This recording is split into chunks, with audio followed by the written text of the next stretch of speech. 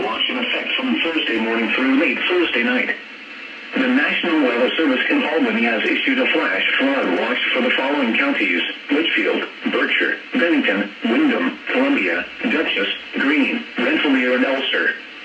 From Thursday morning through late Thursday night, bands of showers and isolated thunderstorms, some with locally heavy downpours, will move across the area Thursday into Thursday night ahead of approaching cold front as tropical moisture moves into the region. A widespread 1 to 2 inches rainfall is expected. However, rainfall rates as high as up to an inch an hour are possible. Flash flooding is possible, especially in low-lying and poor drainage areas, as well as creeks, brooks, and small streams, as water levels are running above normal. A flash flood watch means that conditions may develop to lead to flash flooding. Flash flooding is a very dangerous situation. You should monitor later forecasts and be prepared to take action should flash flood warnings be issued.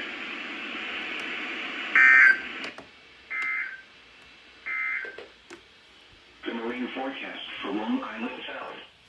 For today, southwest winds 5 to 10 knots. Seas 1 foot or less. For tonight, south winds 5 to 10 knots. Seas 1 foot or less.